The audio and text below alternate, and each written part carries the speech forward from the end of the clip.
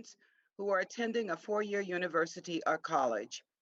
Secondly, we provide financial education to community members of all ages and stages, teens, college students, working adults, and retirees who are seeking to improve themselves and build financial wealth. Due to the impact and stresses of COVID-19, and in honor of our commitment to education, the Delta San Francisco Peninsula Foundation provided technology enhancement awards in the amount of $1,500 to each of our 5 college scholars who are engaged in distant learning this past September. A special thanks to the Wells Fargo and Union Bank for their assistance in this endeavor.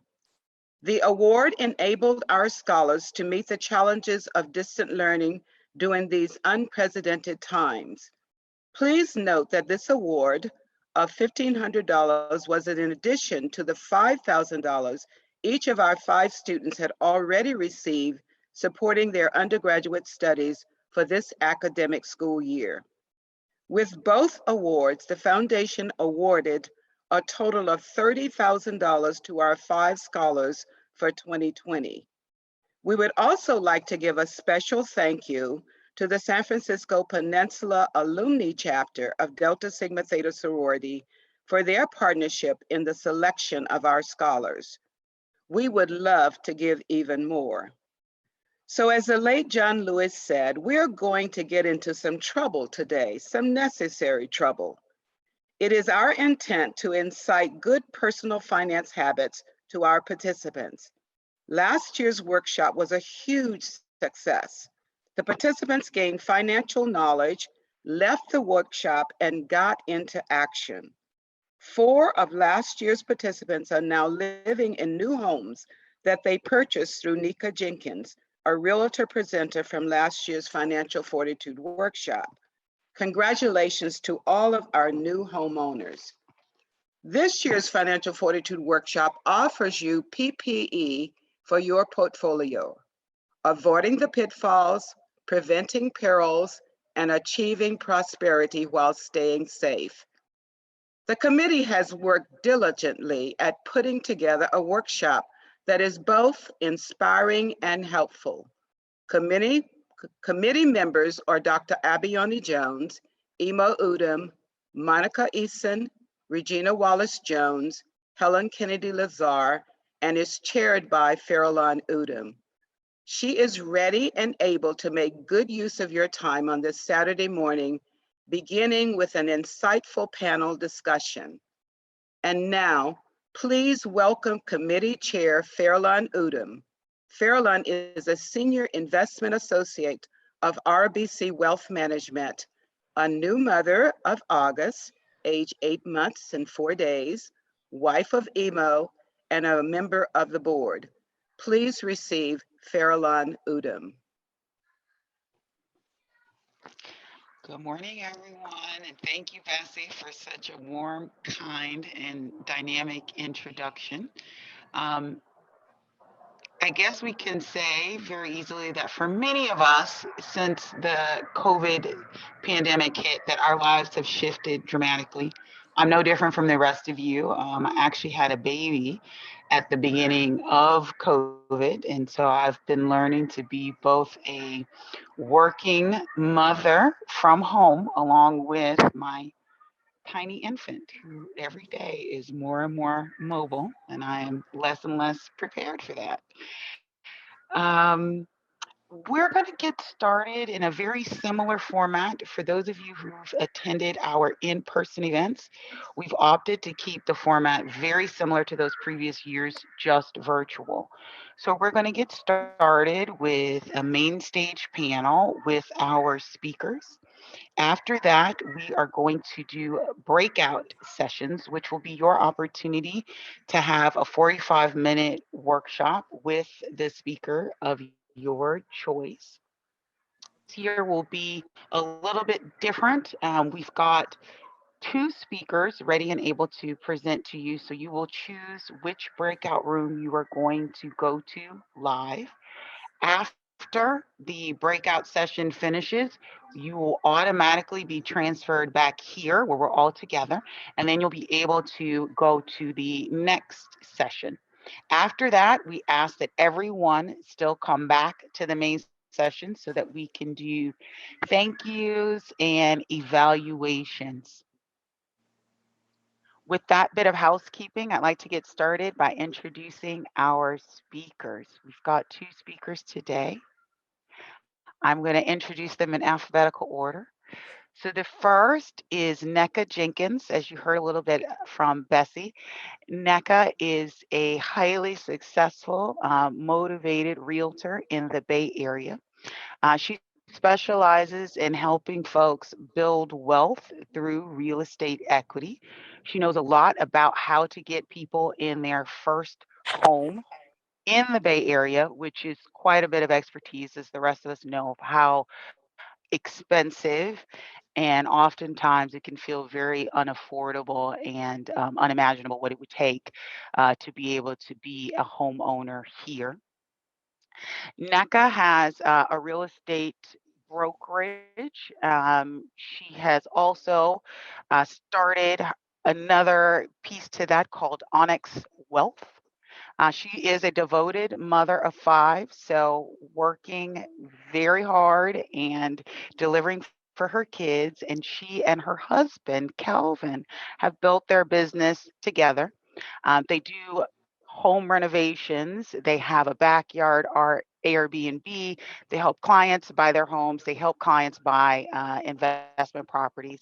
So Nneka is going to be talking to us specifically from the real estate perspective on how people are building wealth and making choices generally, as well as in the pandemic time. Our second speaker is Jasper Smith. Many of you may not know this, but I have been trying to book Jasper for 3 years running. His schedule is busy. I'm really grateful for COVID and the pandemic because I think it slowed him down enough to be available to us this Saturday morning. Jasper's specialty is helping folks in our community, particularly Black people, put together solid financial plans and build wealth. He is the author of a book, as well as the builder of the Build Wealth movement. Jasper is a board member for the Urban Financial Services Coalition. That's a coalition of financial services professionals who are folks of color and devoted to people in our community. And he is a financial advisor. So Jasper is also going to talk to you all about what it takes to be successful with your financial plans, what he is seeing as we're in the pandemic times. And so if as I go through this, I'm just going to be asking both of our panelists questions. But if you have a burning question that you would like to have asked in the main stage panel, I am open and available. The way you would do that is you'd go down to the chat feature, you'd click chat, and you would send me a private message of the question that you'd like asked, and I'll see if I can't get it worked into our conversation this morning. So welcome, Jasper. Welcome, Nneka. Would either of you like to say anything before we get started? I will go ahead. Thank you so much for having me. I enjoyed being a part of this seminar last year, and I'm very excited to meet everyone on this seminar today, and looking forward to your questions. And yeah, that's all. Hey, and I'm excited to be here too. So I know scheduling has been a conflict the last couple of years. I'm just happy to be in your presence, Farralon. From Mrs. Jenkins, I've heard her story through a mutual friend, her financial advisor, Arte. So I've actually known her, but I didn't know her. So it's kind of cool that we're on the same session today, and we're gonna have a good time. So I'm really excited to be here, and hopefully everybody has some breakfast because it's gonna get live. I'm just warning y'all right now. We're gonna have a good time. We're gonna have a real conversation I'm a real person. So I'm gonna give you real. I'm gonna give you the real, like not this. Oh, I'm trying to be, politically correct, super duper appropriate. Like I'm just gonna give you that real, the real thing. And so hopefully you all have come today with an open mind, because that's what it's gonna take when you come to my session. Like you got to just stay open. Whatever you're dealing with, it doesn't matter. You're here today, and we got to think about how we're gonna move forward. Yeah. Absolutely. I think that's a great segue into why we've titled our sessions, our workshop, Prosperity in a Pandemic.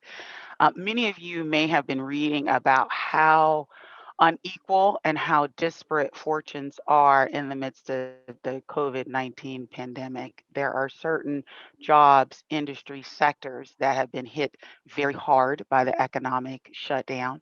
There are other folks who have maintained their employment, have a lot of job security, are working at home, so they have a 15-second commute. And because they're not able to do the same things that they're used to doing, they have more resources. And that's existing right alongside folks who right now might be very anxious, as our leaders have not agreed on a new pandemic response package, as unemployment benefits may be winding down, as folks are trying to figure out, if I can't work doing the thing that I am skilled to do and that I'm used to do, how is it that I'm going to continue to make ends meet? How am I going to continue to provide for my family? And how can I secure my economic future in the midst of that? So, whatever camp you're in, you are in the camp A where you have been hit pretty hard, or if you're in camp B where life is pretty good, if it's not just stifled, we have information for both of you. So, sit tight, hang on, and be mindful of the different fortunes. So, with that, I like to start at the macro picture, prosperity.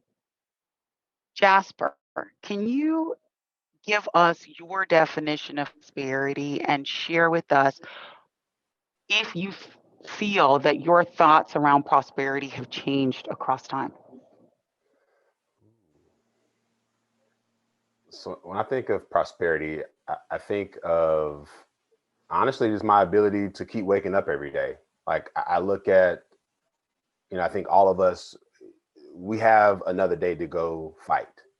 And I think we need to cherish that ability for us to wake up and have things just, my fingers work. I can see, and I think a lot of times we get so caught up in life that we don't kind of, we're not really thinking about the simple things in life. And I think I'm very prosperous because I wake up every day and I have the ability to do what I love. And if you aren't doing necessarily what you love, are you working towards some of those goals and dreams? And it's a combination of me being able to function accordingly. So there's the health component.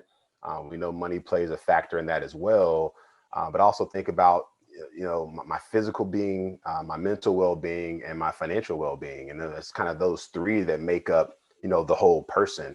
And I feel like we sometimes lose sight of one of those, or maybe all three. We have our good days and bad, but I love trying to focus on those three components, which helps me to lead a prosperous life. I don't think it gets much more complicated, but I know we tend to complicate a lot more of these things just because we're all living in a different environment.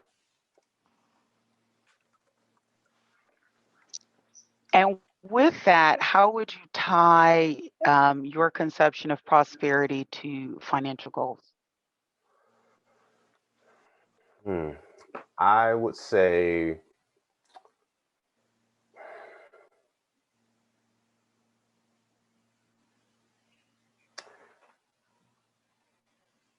have you achieved anything in the last 24 hours, right?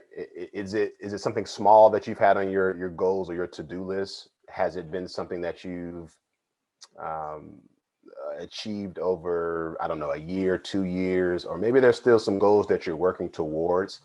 And, if I had like a little scale, I would feel as if, if I'm making progress, I feel good. And I think that's it's a little different for everybody. Some of us have some of these, I'll call them the stretch goals, where we know we can get there. We're just in this, maybe we're just kind of stagnant. We're stuck in place. So I look at, if I'm moving forward and have been making steady progress and I'm checking up on my progress, that's what gives me the ability to keep moving forward. And so that's kind of what my session is really about today, is like having this game plan. And I think when we all kind of sit back and work on our plans, then I think we can all be prosperous, you know, but again, we're all going to have a different definition of what that might mean. But I think we all need a plan. We have a plan for our professional lives. We have a plan for our family lives. And this financial piece is the one that's usually missing for most people, is that we're just out here winging it. And I think we don't feel like we're doing well enough. And a lot of us are doing very well. Like to your point around the people who have the jobs, who aren't traveling, you got extra money. What are you doing? And so it's literally just a matter of, are you measuring your success or not? And what I'm finding is it's the latter. Most of us don't know where we stand. And so we're just kind of walking around life. Oh, I got a job. I have a business. I'm doing this. And I'm like, so how does this work? How does it fit into your bigger picture? And so that bigger picture is sometimes what I'm having to try to kind of express to people. Like, you got to have that picture. You know, anybody here do a vision board? Because it's that time of the year to do vision boards, right? I mean, that's one of those. I have one from when I was like 21, and I had some ridiculous stuff on there, but all that kind of stuff is coming true. I had money, cars, I had women on there, and it was just, I was 21. So don't judge me, okay? But you know, I had nice suits on there, and I started living that life of, let me learn about money. Let me try to attract women. You know, I have a fiance now, so you know, I figured that out, right? I got through that part of my life. I was waiting for when you were going to let us know you were a one-woman man. So, but I think we just need that kind of a game plan, and I think vision boards are fun. You know, it's just fun to see what you thought you would. You know, you thought about this, you know, a decade ago or 20 years ago, or however, it doesn't matter. Like, did you make it become a reality? And for all the stuff that I had put on my board, I was either working towards it or I had already achieved it. So I was able to check with myself to say, Jasper, you were telling the truth to yourself. Because a lot of us are lying to ourselves about what we want, or the goals or your priorities aren't in alignment. So all I'm trying to figure out is, who you lying to? Because I tell myself the truth. Hey, man, you messed up today. You know, you didn't achieve that goal today. It's you. Yeah, we can blame external factors, which a lot of us have a tendency to do. But I started looking internally first, and then had to ask that really tough question, Jasper, how did you get yourself in this situation? It's tough for us to really swallow that pill, but I do it consistently. And what I've seen by being able to be honest with myself, I'm really able to move forward despite any setbacks that happen. Life will happen to all of us. It's all about, how do you pick yourself up and keep moving? That's the key to life. You're all still here. Everybody's breathing, alive, doing well. What you gonna do at this time? We're all on borrowed time, and I don't plan on wasting it. Absolutely. I really like, how are you measuring your success? I think many of us, especially myself included, have had periods of time where I've spent much more energy measuring the lack piece, or the things that I want to change, the things that I don't like, as opposed to really taking stock and measuring the ways in which I'm successful. So I appreciate that thoughtfulness.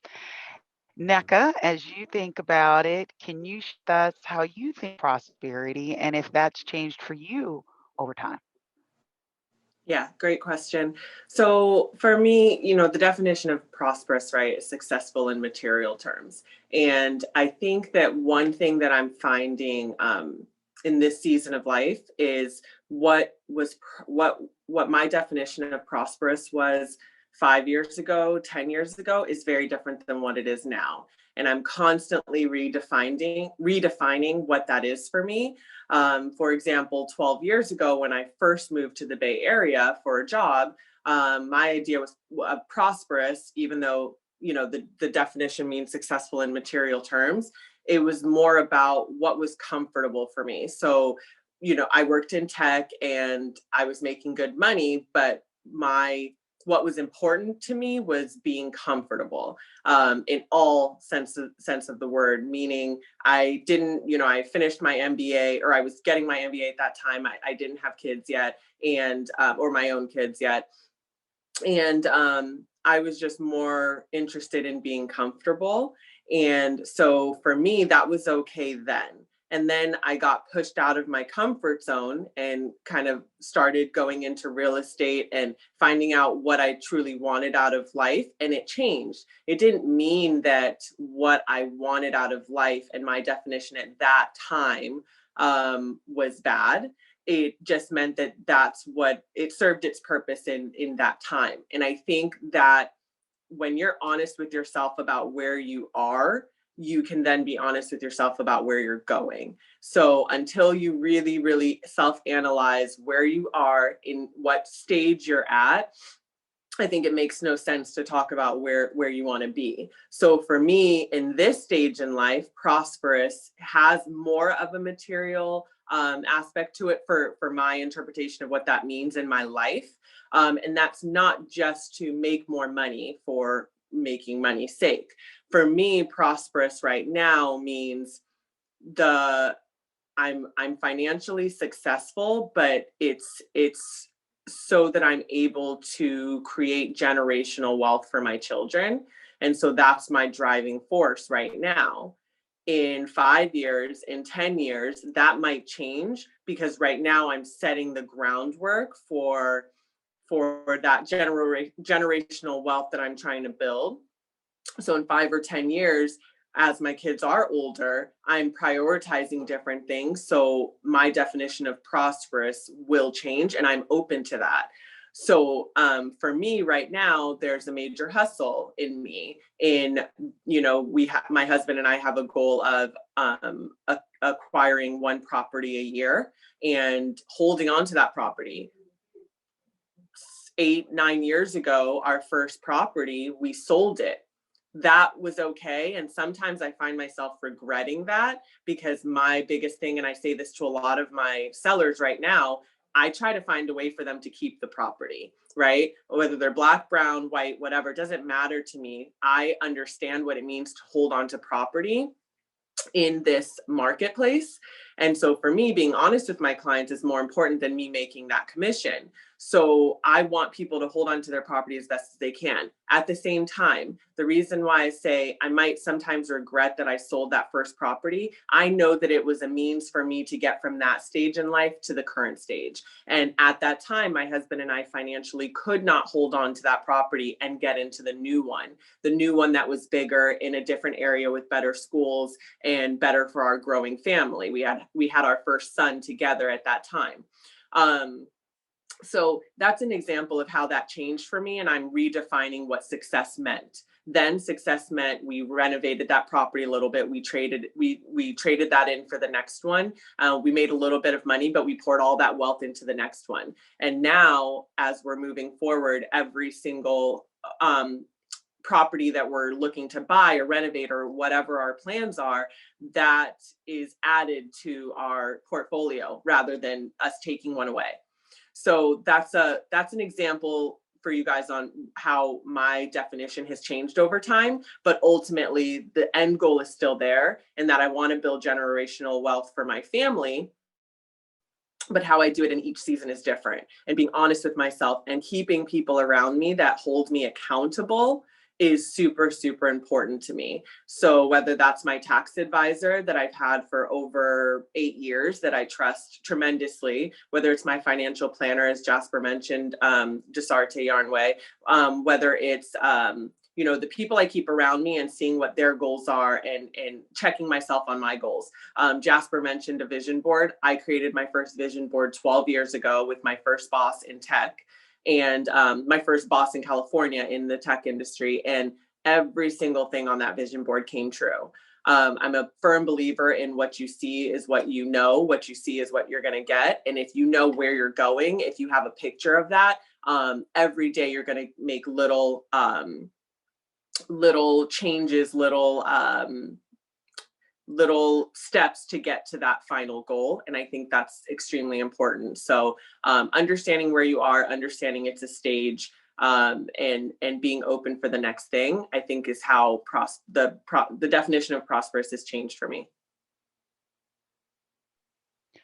Awesome.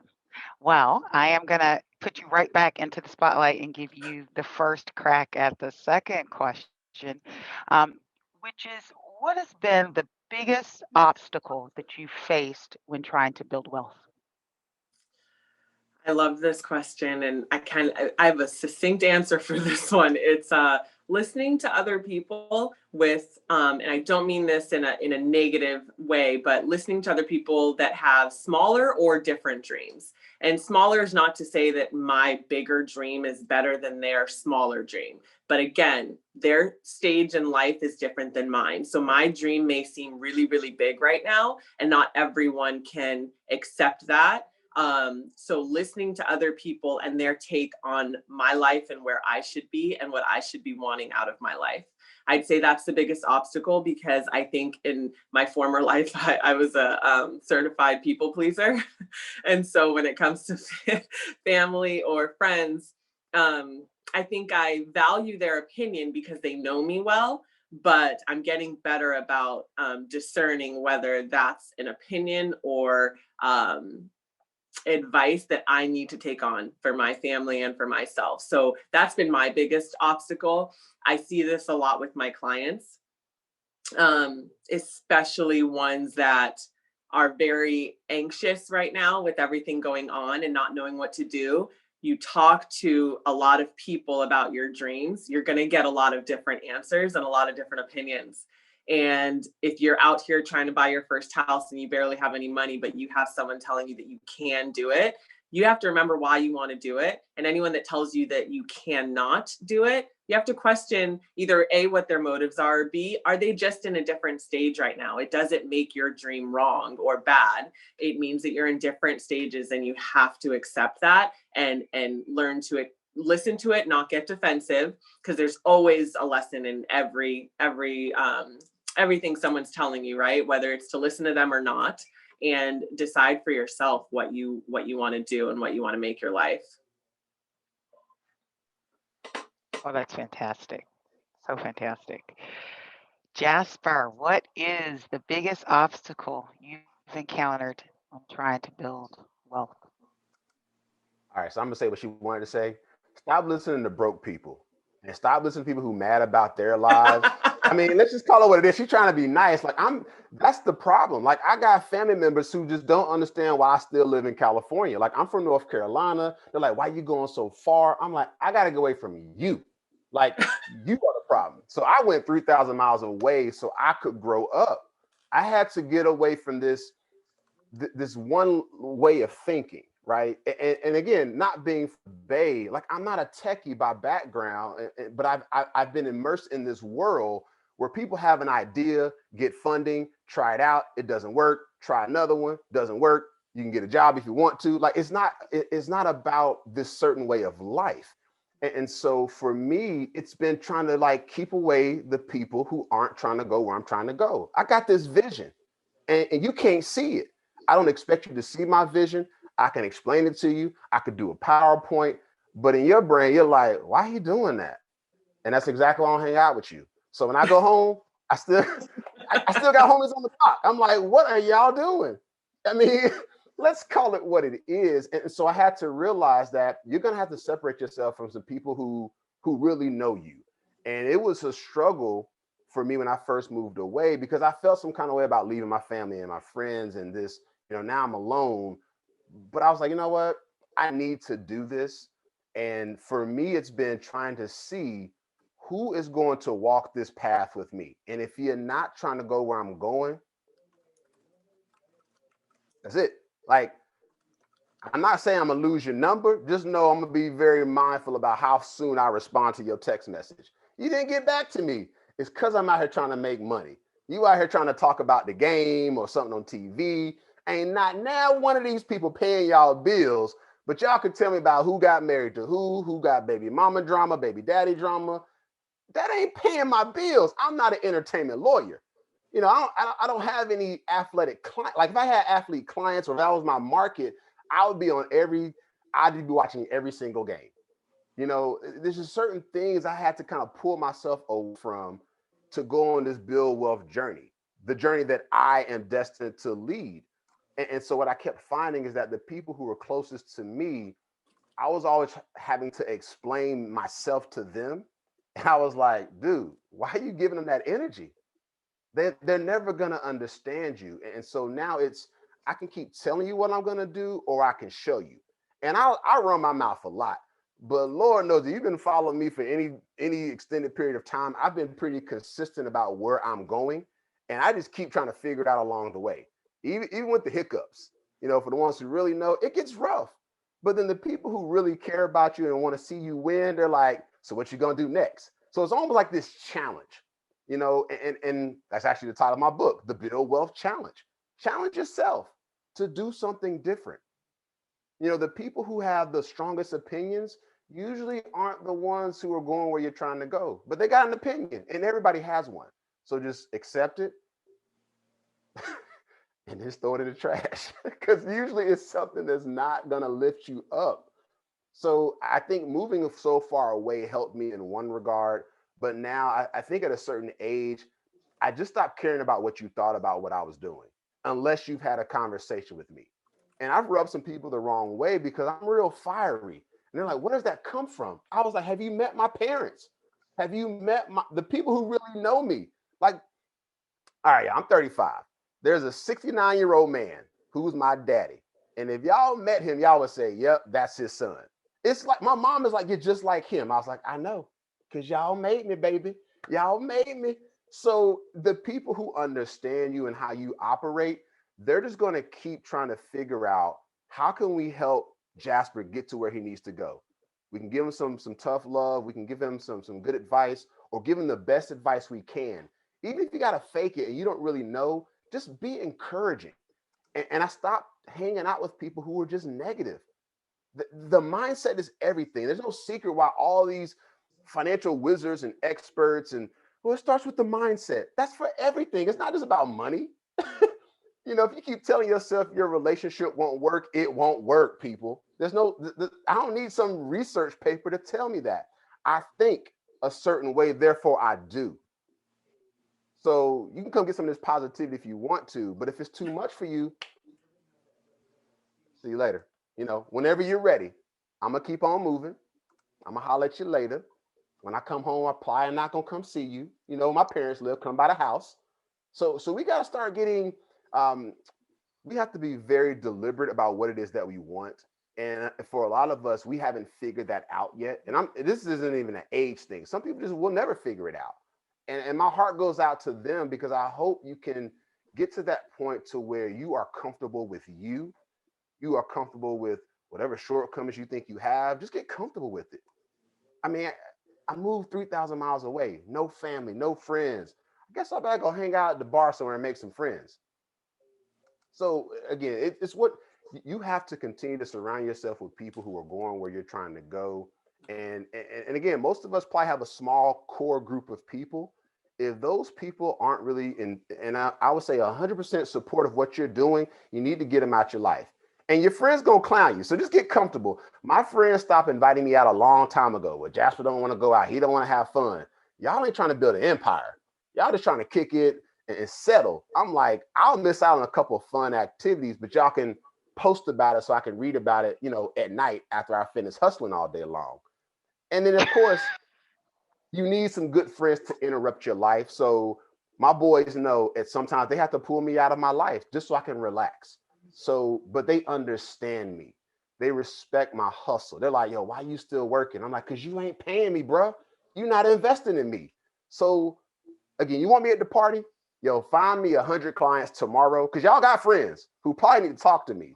So that's how I started to leverage my relationships to say, if you want me at those parties, if you want me on that random excursion to Dubai, oh, I got friends who just travel like it's nobody's business. Yo, if you want me there, go ahead and find me a couple of clients so I can pay for that trip ahead of time. All right, I'm gonna shut up now. I'm gonna shut. That's where I'm at. I totally appreciate that, especially because in your comments, what you showed us is both the biggest obstacle and a bit of how you transformed the relationships with folks, both the ones that didn't work as well as how you can transform ones to make it work and actually drive towards your goals. So these next two questions, I think we need to do a little bit more of a lightning round. And I think we're all looking for community and for connection. I think that's the nature of human beings in general. In COVID, I think we're looking for it, or we're aware of how much can be missing or how much we had before. Um, so with that, I'd like to ask, Nneka, would you share a little bit about whether or not your clients are facing different challenges in the pandemic? How are you experiencing real estate and serving folks since March, since COVID-19? Yeah. That's an interesting question. Since March, I think everyone thought the world was going to end, especially as it pertains to real estate. And I don't know if I'm just naive or was just naive, but I never thought that it was going to be this catastrophic impact on the real estate market. I've always believed in our market for many reasons in this industry, but and call it self-serving, it doesn't really matter. But I never really thought that it was going to have this negative impact that everyone thought it would. And I think what my clients are, the challenges they're experiencing is I have sellers that are uncertain because they really thought that they might have to move into this fire sale mentality and their homes would not sell as well or for as much. And that's almost been the opposite in most markets across the Bay. But I think there's a fine line between being greedy as a seller and really not leaving money on the table. So I have so I'm going to pivot to buyers, right? So I also work with a lot of buyers, and a lot of buyers get very, very upset about what this market is doing and how much demand is there because there's no inventory. And so every time they find themselves saying, oh, I can't do this anymore, this is too much, the seller's being greedy, I remind them that, okay, well, in certain situations, which just happened, the seller is a 65-year-old woman who's retiring and has no family and needs this money for the rest of her life. Is it her being greedy, or is it her taking advantage of the last 30 years of her hard work in her home and wanting to maximize on the market, which she has every right to do? Right? There's different perspectives. And I think that once we recognize that, we can win as buyers and we can win as sellers. Also, I have clients that are buyers and sellers at the same time. So you get to maximize on a market where the demand is very, very strong. So you are going to get a good number for your home, most likely, if you stage it right and get the house ready in the correct way. But then also when you become a buyer, whether it's in the state or outside of the state, you get to maximize on the benefit of really low interest rates. So I think the challenge has been, buyers, once they flip to sellers within that same month, recognizing that the market works for you in different ways. And then, I've got clients that have family or they themselves are experiencing some economic hardship because of coronavirus. And that's really tough to deal with. I want to pivot that also to the people that are doing the best are finding out within their industry or within their passion how to maximize on Corona right now. For example, Farralon and Emo, they're transitioning this to a Zoom webinar. And I think that's phenomenal, but it's within your industry figuring out what works for you to still stay prosperous and to build wealth, whatever that means for you within this trying time, because the people that can do that now are the people that are going to thrive outside of this, right? So as a buyer and seller, recognizing what leverage you have in the situation, while not allowing, like Jasper said, which I 100% agree with. Not allowing your mindset about what the media is telling you about the times right now to dictate what moves you make, and to cause you to have so much uncertainty that you lose momentum. We're all moving forward. The world has not ended. And I think we're going to come out of this even stronger. So I think that's the biggest obstacle I'm dealing with, is mindset. I had 2 buyers that were going to put an offer in on November 3rd, the first day of this election madness. And both of them decided, it was too much anxiety. It didn't matter what they believed. I think everyone felt anxiety on both ends, and both of them decided not to put the offer forward, and both of them regret it. It's only been 2 weeks now, and they regret it. So I think it's not letting temporary situations change, your future for the long haul. So I think that's been a big challenge, is trying to get my clients to understand that they need to plan for the future and stop worrying about the doomsday mindset that people have right now. That is a perfect segue. Planning for the future. We're going to do the 2 sides of the pandemic coin, and I'm going to ask both Jasper and Nneka the same question. 1 minute lightning rounds with your advice. Jasper, for those who've been hurt by the economic shutdown due to COVID, what advice would you give? 60 seconds. Start the clock. You got to believe there's a better day. That's it. That wasn't even a minute. That you just got to believe. I don't care how bad the situation is. Like, I've not had jobs when economic times were great, and I still felt like trash. So now it's a little bit different, but you just got to believe in yourself that you can figure it out. And maybe you need the help of a few people. Maybe I'll talk about this in my session. You need a team of people. So whatever it is that's bothering you, that's holding you back, that you think is, causing you these issues, we gotta address these things head on. And I don't care how bad it is right now. You are still here, and you are still able to fight. If you believe you can make it, you will. But you got to keep telling yourself you can get out of this mess, and just know, in time heals all these wounds. Or at least you understand that this isn't, it isn't permanent.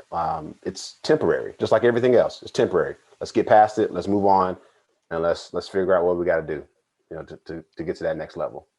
Yeah, Nneka, when it comes to real estate, for folks who've been harmed in COVID economically, what advice would you give them? Check your mindset daily. I think if there's one thing you do after you take your vitamins, after you do whatever you need to do for yourself, check your mindset. We're not always going to have good days, but what is your mindset right then? You can get down in the dumps, and you need to be able to pull yourself out. And if you can't pull yourself out, you find an accountability partner that's going to remind you what you're here for. So I would say mindset is everything.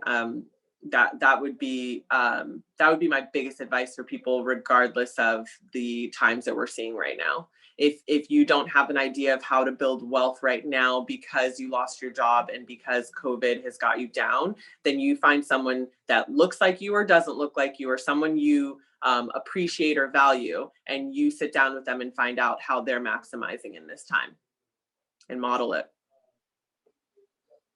Perfect. Nneka, back to you. For folks who have the same income but fewer expenses in COVID, what advice would you give them if they were interested in real estate? I love that question. The fewer expenses part. I think this can pivot, and Jasper and I need to get together, because I really love this. This is like the house hacker in me that's just screaming. If you have less expenses, or you found a way to somewhat live for much cheaper than most people out here, and you have good income, there's no reason you should not be investing. It does not have to be real estate. It does not have to be stocks. It can be whatever you want. But if you're looking at your budget every month and you have less expenses than most people, you should sit down with Jasper or I, or whoever you believe, whoever you want to sit down with, and figure out how you put that extra money to work. If you sit there and just let it sit in your bank account, you're going to use it. or even if you don't use it, you're going to collect that 1 penny or 2 penny a month from your bank. And then a year, 2 years from now you're going to sit back and say, well, what did I do with that money? Well, you weren't strategic and disciplined about what to do with it. So right now, that would be my advice for them. Real estate is a great avenue. Stocks are a great avenue. If you don't believe me, my homework for you is to look at Apple, Zoom, and Tesla stock and look at what they did in March and look at where they are now. So, all these people that are doomsday about what's going on, find a way to capitalize on that. So the election got a lot of people down. Half of the world, every 50% of who you meet, one is Biden, one is Trump. And this isn't about politics. The point is that you can capitalize that in some way. When people are uncertain, the stocks tend to fall. So if you like stocks and you want to invest in that, call Jasper up and figure that out. If you believe and want to learn how to be a house hacker to work your way up to owning a multifamily or whatever the case is, you need to call me. So I think that's the way you have to think about it. Sit down, put it on paper, figure out how much money that is, multiply it by 12, and ask yourself, do you want to be here 12 months from now, and looking back and wondering where that money went. Okay. Jasper, to you, what is your advice for folks who have the same income but fewer expenses in COVID? What should they be doing with that differential? She already took all my answers. Call somebody. I mean, so what I would say to that too is, what did you do back during 2008 and 2009? This is the same type of dilemma. It was bad then, it's bad now. What did you do? Some of y'all just sat on the sidelines and watched the news and said it was bad. And the wealthy people were just gobbling up properties and investing in businesses and doing all this stuff. And then for about 10 years, this is all that happened. And so many people created generational wealth in a decade. In 1 decade, they're still living, they still have jobs. And so I would challenge all of you, what did you do back during the last big recession? And that was almost 1.5 years, give or take, depending on who you're looking at. So if you didn't do anything different from last time, that's what I'm going to challenge you to do. Because there are so many opportunities. Empires and wealth is built during recessions and downturns. Even during the Great Depression, people came out of the Depression and made money. There are household names that we all know, their companies launched during the Great Depression and they are still around to this day. So apparently it ain't bad for everybody. So you got to decide which side of the house do you want to be on, the one that's just kind of sitting here moping and groaning and complaining, or opportunity. And you don't have to have $1 bazillion to do this. So let me say that also. We always think, oh, I don't have enough. We'll find a way. There are some creative things you can do. And sometimes it might not be just with yourself. It could be you coming together as a collective. Really short story. I'm in an investment club and one of my members, he's an active trader, trades all day long. So we made him a deal that if he can make our group some money, we'll give him more money. This dude got us a return in a matter of 3 days because it was right around the election. He said, I'm going to trade on the madness of this election, and all his payments that he was owed to us over the next year, he made them in 3 days on one trade. I'm gonna go back on mute. That's rare. So don't think that happens all the time. I'm glad he's in my investment club because he's making me money. But this is how you have to start thinking. There are opportunities all around you. It's just, will you open up your eyes? You know, will you wipe the fog out your glasses? Like there's so much to do, and you just got to be willing to do it. So I think this is a great way to close out our main stage panel, because what both Nneka and Jasper have hit on is the contrarian viewpoint to investing. So I've heard it said a few ways. I'm going to share each of them with you. Hopefully one or more of them will land. The first is, as Jasper said, there are people who have built extraordinary fortunes and they did it in dark times. Warren Buffett is very famous for saying that he is fearful when others are greedy, and he is greedy when others are fearful. That's the contrarian viewpoint. So when there's blood on the streets, people are terrified, that is when he is going out and he's buying.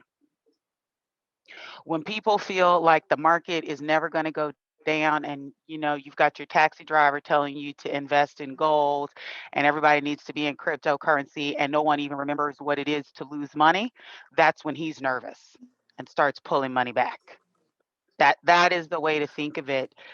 We're all there is only one way to make money, and that is to buy low and sell high. There's orders, there's strategies, there's different tactics you can use, but the only way to bank profit is to buy low and sell high. Another way to think of it is the most successful investors are different and right. You can't be different and wrong because you will lose your shirt. But if you do the same things the same ways that everyone else does it, you're going to get, you'll eke out a little mediocre profit. But if you're creative and you have a different viewpoint on where to find value and how to make money, and you are right, that is going to get you the maximum return. Different and right. Being fearful when others are greedy, but greedy when others are fearful. And so, what that means is that this space and time that we're in right now, um, in a pandemic, really is very fertile ground for sowing your own seeds of prosperity. Wherever you are, wherever you sit, whether that's you're completely nervous and don't even know how you're going to pay your rent next month. One story I want to share is J.K. Rowling became a billionaire, the first billionaire author, after she was fired from her job because a coworker reported the fact that she was writing during that time.